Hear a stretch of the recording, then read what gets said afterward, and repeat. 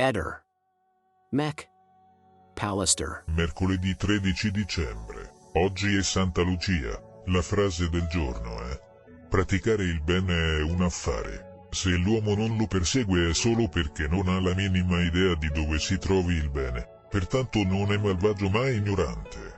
Accadde oggi, 13 dicembre 2004, l'ex dittatore cileno Augusto Pinochet viene messo agli arresti domiciliari. Lo sapevi? Come in una scena del thriller di Alfred Hitchcock, Gli uccelli, migliaia di cacatua hanno invaso un sobborgo sulla costa meridionale del Nuovo Galles nell'aprile 2020.